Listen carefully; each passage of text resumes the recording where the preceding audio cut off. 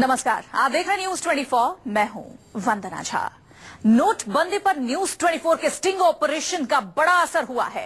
एक दिन पहले ही न्यूज 24 ने दिखाया था कि दिल्ली में 77,000 रुपए में 10 ग्राम सोना बिक रहा है। अब सरकार ऐसे लोगों पर नजर रख रही है जिन्होंने गैर कानूनी तरीके से सोना खरीदा और बेचा है। ये वो लोग हैं जिन्होंने अपने काले धन से अंधाधुंध सोना खरीदकर घरों में रख दिया। यानी सरकार ऐसे काले धन के कुबेरों को बख्शने वाली नहीं है। आज ऑपरेशन ब्लैक गोल्ड में देखिए, ये सोना सोने नहीं देगा।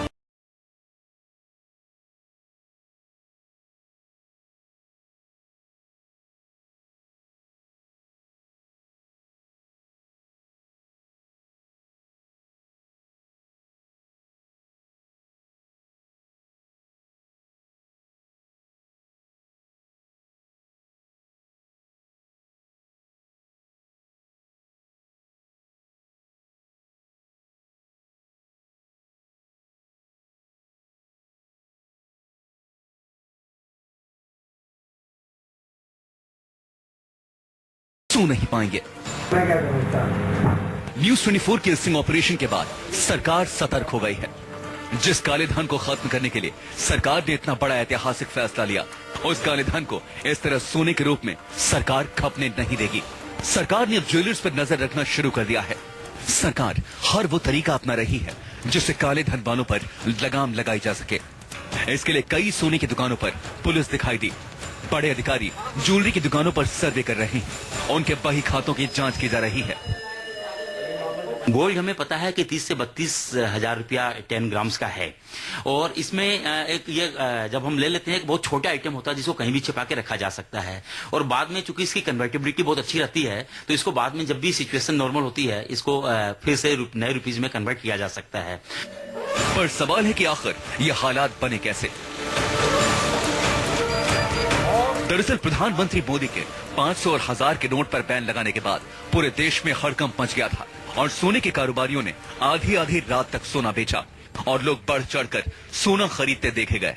आम जनता में काफी बेचैनी का माहौल हो गया है। कई लोगों की इंक्वायरी आ रही है कि भैया गोल्ड दे दो, नोट ले लो। कोई सिलेक्शन नहीं किया, जो हाथ में आया वो ले लिया और सामने नोट दे दिए, बिल बनाया और माल ले लिया। किसी ने 42,000 पे बेचा है, किसी ने 36,000 पे बेचा है।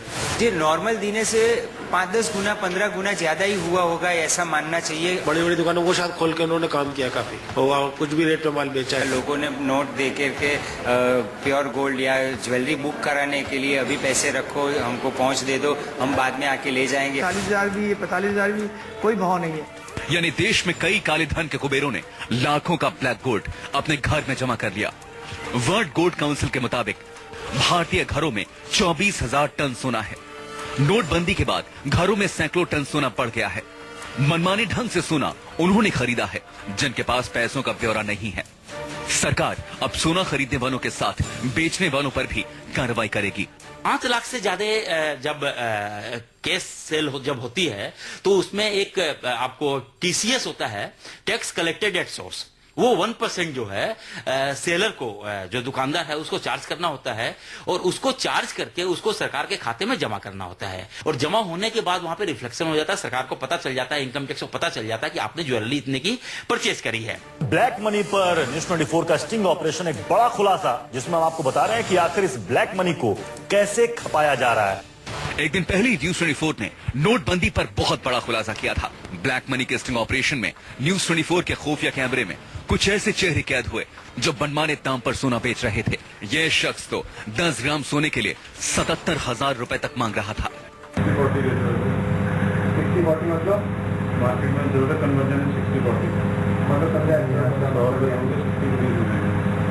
मतलब मैं अभी मेरे 40,000 जो है, ये 40,000 है। मतलब अगर मैं नॉर्मल बात करूँ जैसा बता रहे हो, तो अभी 24,000 मेरे हाथ में है।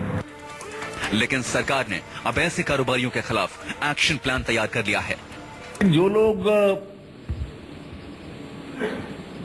गोल्ड बेचेंगे भी, उनको भी तो इस कैश की अकाउंटेबिलिटी कहीं ना कहीं देनी पड़ेगी। वहां भी पैन कार्ड रिक्वायरमेंट है। वहां जब आप कहोगे कि सोना बेच के इतना कैश हाथ में आया, तो किस ग्राहक को बेचा। आपको बता दें कि प्रधानमंत्री के बड़े नोटों पर बैन लगाने के बाद 6 घंटे में ही 100 करोड़ से ज्यादा का सोना बिक गया था। उसके बाद सोने के दाम में जबरदस्त उछाल आया। लेकिन अब जिन जिन लोगों ने सोना खरीदा है उनकी उल्टी गिनती शुरू हो गई है। इनकम टैक्स डिपार्टमेंट इसके लिए कड़े कदम उठा रहा है। सभी ज्वेलर्स से सीसीटीवी फुटेज सौंपने को कहा गया है। सीसीटीवी फुटेज को बारीकी से देखा जाएगा। सोना खरीदने वालों की पहचान की जाएगी। जिन्होंने पुराने बिल बनाकर सोना बेचा उनकी जांच की जाएगी। सोने के बिल में गड़बड़ी के दस्तावेजों की भी जांच होगी। अगर उनका रोज का सेल 5 लाख रुपया अगर होता था तो अभी देखेंगे अब उनका एक दिन का सेल 5 करोड़ 10 करोड़ रुपया हो जाएगा। और जब इतना हो जाएगा तो इनकम टैक्स डिपार्टमेंट ऐसा नहीं है कि इस पर नजर नहीं रखेगा। एवरेज सेल का कंसेप्ट इसमें आएगा कि आपकी सेल इतनी ज्यादा कैसे हो गई, और मनी लॉन्ड्रिंग एक्ट के भीतर इसको सरकार साबित कर सकती है कि यह पैसा आपने कन्वर्ट किया है, ब्लैक मनी को व्हाइट मनी कन्वर्ट किया है। सूत्रों के मुताबिक कई ज्वेलरी शोरूम वालों ने 2 दिन पहले के बिल काटकर सोने की बिक्री को शो किया है। उनकी भी जांच की जाएगी। साथ ही जिन लोगों ने 1000 और 500 के नोट देकर सोने और दूसरे आभूषणों की खरीदारी की है उन पर बड़ी कार्रवाई की जाएगी। वैसे सोना आयात करने के मामले में भारत दुनिया में नंबर 1 है। हर साल 800 से 1000 टन सोना आयात किया जाता है। लेकिन नोटबंदी के ऐलान के बाद कई लोगों ने सोने को काले धन के रूप में अपने घर में खरीद कर रख लिया है। अब ऐसे लोग चैन से रह नहीं पाएंगे, यानी ये सोना सोने नहीं देगा। Bureau report, news 24। अब आखिर वो कौन कौन से तरीके हैं जिनसे सरकार ऐसे लोगों के खिलाफ कार्रवाई करेगी जिन्होंने सोने को कालाधन के रूप में अपने घरों में रख लिया है। सरकार ने तय कर लिया है कि जिनके पास ऐसा सोना है वो चैन से सो नहीं पाएंगे।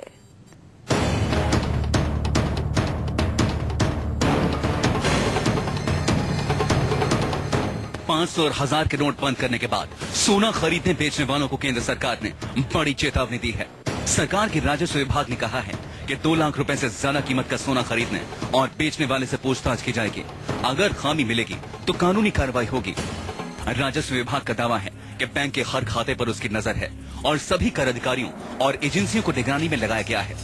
दुकानदारों को बताना पड़ेगा कितना सोना बेचा, ये भी बताना पड़ेगा किसे और कितने दाम पर सोना बेचा। जानकारी नहीं होने पर कड़ी कानूनी कार्रवाई की जाएगी। सोना खरीदने वालों से भी पूछताछ होगी। इनकम टैक्स डिपार्टमेंट ने हर एक दुकानदार को, सेलर्स को ये चिट्ठी भेजी है और उनको कहा और अपील किया है कि चूंकि सीसीटीवी कैमरा हर एक दुकान में लगा हुआ रहता है कि आपने जिन जिन को माल बेचा है सबका नाम, पता, एड्रेस हमें दीजिए और उसको सीसीटीवी कैमरा में जो लोग आए हैं उससे कोरोबोरेट कीजिए। लेकिन एक चीज साफ है कि ये बहुत मुश्किल होएगा और सरकार जिन्होंने परचेज किया है उसको एकदम नहीं ढूंढ पाएगी। सोना खरीदकर भ्रष्टाचार, काले धन और अघोषित आय से बचाव का कोई रास्ता नहीं है। 2 लाख से ज्यादा का सोना, चांदी या आभूषण की खरीद फरोख्त करने पर हर शख्स को हिसाब देना पड़ेगा। वहीं इस बीच कुछ ऐसे भी लोग हैं जो हड़बड़ाहट में लाखों का सोना खरीद रहे हैं। ऐसे में न्यूज़ 24 उनसे अपील करता है कि जल्दबाजी में ऐसी कोई गलती ना करें, वरना बिना वजह वो कानूनी पचड़े में फंस सकते हैं। इसके अलावा न्यूज़ 24 के स्टिंग ऑपरेशन में विदेशी मुद्रा बेचने वाले का भी चेहरा बेनकाब हुआ था। न्यूज़ 24 के स्टिंग ऑपरेशन में ये शख्स $1 84 में बेचता हुआ दिखाई दिया था। 15,000 की चीज है, 500 को क्या रेट में लोगे? ऐसे ये लोगे और 7 लोगे नहीं है कस्टमर के आपको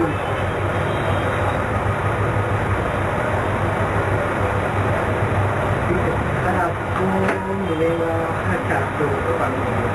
$400 मिल जाएगा 70 में, $14,000 का मिल जाएगा और 500 का नोट मेरा जाएगा 400 में। आप मेरे 500 दीजिए, आपको 400 मिल जाएगा। लेकिन जो डॉलर हमें तो खैर बिल का कोई उसके अंदर कोई वो सीन नहीं। डिस्ट्रीब्यूशन है उसमें 17,000 रुपये हम आपको देंगे और आप हमें 17,000 में $200 देंगे, है ना? इसमें वो आपका 100 रुपये भी आ गया, 5 16 800 84 का पड़ेगा। 84 तो इसमें आपके 2800 रुपये आ गए, कम हो रहा है ना, वो जुड़ेगा ना, 84 रुपये का पड़ेगा $1। अब सरकार फॉरेन मनी एक्सचेंज का व्यापार करने वालों पर भी नजर रखेगी। उनके बही खातों की भी जांच की जाएगी। अगर कोई गड़बड़ी पाई गई तो कानूनी कार्रवाई होगी। वहीं न्यूज़ 24 को पड़ताल में ये भी पता चला है कि ब्लैक मनी का एक बड़ा हिस्सा लोन में भी खपाया जा रहा है। बैंकों को समय से पहले कई किस्तें ली जा रही हैं अनअकाउंटेड 500 और 1000 के नोट खपाए जा रहे हैं। ब्लैक मनी को खपाने के लिए कर्मचारियों की सैलरी का सहारा लिया जा रहा है। कर्मचारियों को वेतन के एरियर्स कैश में दिए जा रहे हैं। बैकलॉग्स को काले धन से भरा जा रहा है।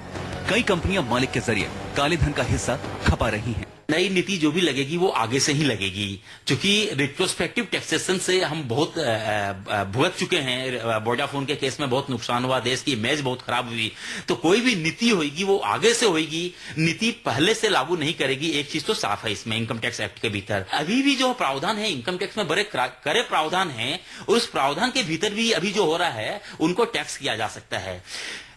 उसके भीतर ये कहीं ना कहीं पकड़ में आ जाएंगे। और सबसे बड़ा है कि मनी लॉन्ड्रिंग एक्ट, जिसके भीतर अगर हम साबित कर देते हैं इनकम टैक्स डिपार्टमेंट, तो उसमें क्रिमिनल प्रोसीडिंग्स भी हो सकती है। सोने के साथ ही सरकार की ऐसे लोगों पर भी नजर है जो काले धन को इस तरह से खपा रहे हैं। पुराने नोट बैंक खातों के जरिए ही सरकार के पास लौटेंगे और दिसंबर के आखिर में पता चलेगा कि कितना पुराना नोट सरकार के पास पहुंचा है। बड़े नोट अब बंद हो चुके हैं, उसकी कीमत सिर्फ बैंक के जरिए ही हासिल की जा सकती है। अब सरकार के सामने बड़ी चुनौती है कि वो काले धन को सफेद होने से बचाए। काले धन के ऐसे कुबेरों के लिए खतरे की घंटी बज गई है जिन्होंने गैर कानूनी तरीके से पैसे को खपाने का गुनाह किया है। Bureau report news 24। एक छोटा सा ब्रेक, आप देखते रहिए न्यूज़ 24।